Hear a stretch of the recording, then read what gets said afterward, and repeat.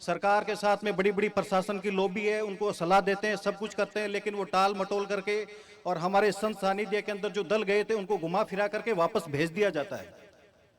आखिर इसका क्या रीजन है कि वो लोग इसको टाल मटोल कर रहे हैं और हम लोग इसको बचाने के लिए लगे हुए हैं? तो थार के बारे में लगभग व्याख्यान तो हरीश जी ने लगभग अपनी पूरी बताई दी थी कि खेजड़ी सबसे पहले आई थी, उसका अस्तित्व नहीं है तो हमारा अस्तित्व भी कहीं नहीं रहेगा।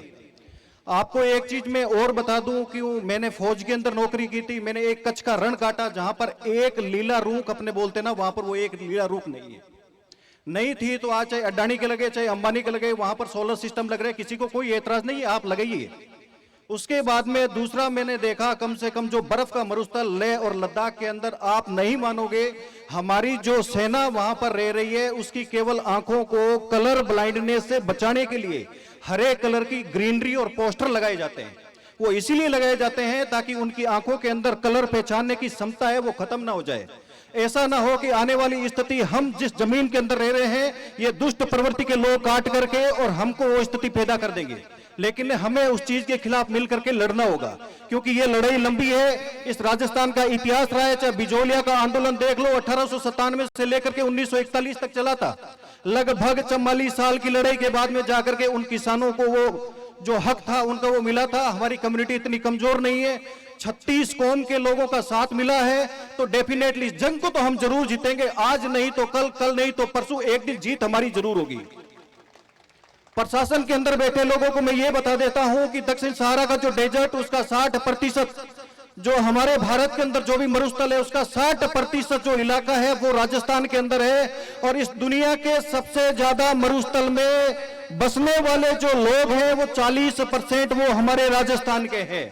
और ये सबसे बड़ी, विश्व की सबसे बड़ी जैव विविधता की पहचान है, जिसको बायोडाइवर्सिटी जो अंग्रेजी के अंदर ये प्रशासन पहचानता है, वो हमारे यहाँ राजस्थान के अंदर है। आज वो लोग हमारी इस जमीन को काटने पर तुले हुए हैं। एक मैं और चीज गवर्नमेंट के लिए बता दूं कि यहाँ ऐसा नहीं है कि एनर्जी हम लाने के लिए उसके खिलाफ है। एनर्जी के लिए बहुत सारे देशों ने कुछ अलग तरीके भी अपना रखे। अलग तरीके के अंदर यदि आप देखते हो तो आपने ऑस्ट्रेलिया के देखिए, जापान के अंदर देखिए, इस टेंट की हाइट के बराबर उन्होंने सोलर लगाए हैं। और सोलर का एक सिस्टम होता है कि जब तक वो 3540 डिग्री टेम्परेचर के बीच में जब वो नहीं होता है तो वो उस किरणों को ऑब्जर्वेशन करना बंद कर देता है, वो चार्ज ही नहीं होती है। हकीकत तो यह है कि आप कभी धूप के अंदर खड़े हो और आपका मोबाइल स्क्रीन जब 50 डिग्री में गर्म हो जाए तो उसको आप चार्ज लगा करके देख लीजिएगा, आपका मोबाइल उसमें चार्ज नहीं पकड़ेगा, क्योंकि ओवर हीटिंग इतनी ज्यादा होती है कि उसकी एनर्जी वापस डिक्रीज होना शुरू हो जाती है। लेकिन इन लोगों को यह समझ में नहीं आ रहा है, थोड़े पैसे की चकाचौंध के लिए गवर्नमेंट ने एक सिस्टम बना रखा है। सोलर लगाने वाली कंपनियों को लोन वाली कंपनियां लोन दे रही है, अपना 12-15 साल के लिए उन्होंने फिक्स कर दिया। गवर्नमेंट को अपना विकास दिखाई दे रहा है, लेकिन पिच कौन रहा? आखिर आप और हमें इसमें मिल क्या रहा है?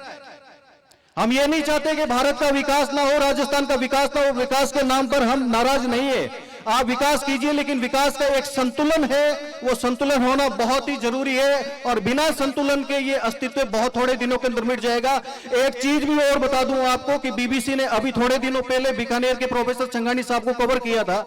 उन्होंने ये बताया था कि आने वाले 20 और 25 साल के बाद में गवर्नमेंट खुद ऐसे प्रोजेक्ट चलवाएगी कि सोलर सिस्टम को हटा करके आपके खेत एक्वायर करके उसमें पेड़ पौधे लगाया जाए।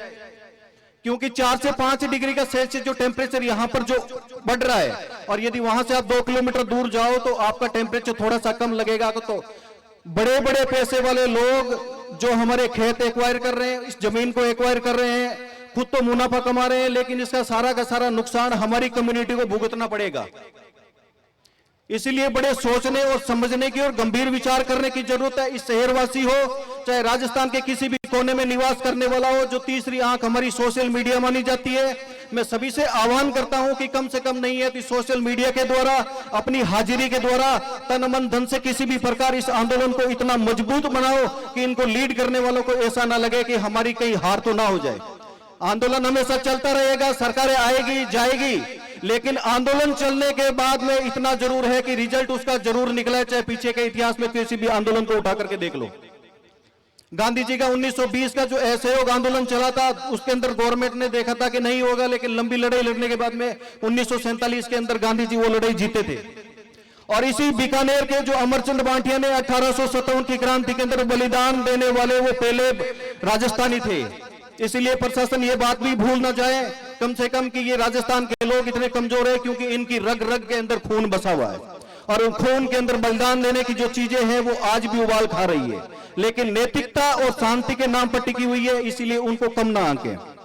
इसलिए प्रशासन के लिए एक लाइन बोल देता हूं, क्योंकि जब 60 साल सर्विस करके जब किसी पार्क में बैठोगे तो तुम्हें ये बुझे हुए दिल की तरफ ना लगे कि मुझे जब काम करने का अवसर मिला था और मैंने ये काम नहीं किया।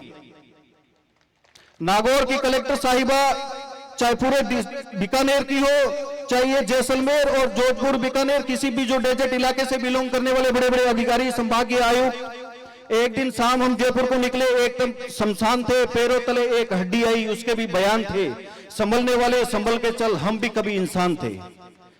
जब तुम्हारा अस्तित्व मिट जाएगा तो तुम्हें कोई नहीं पूछेगा, लेकिन आज यदि तुम्हें जो कुर्सी मिली हुई है उसका सदुपयोग करना चाहिए और कुछ ऐसा कर जाओ कि आने वाली पीढ़ियां तुम्हें याद रखे।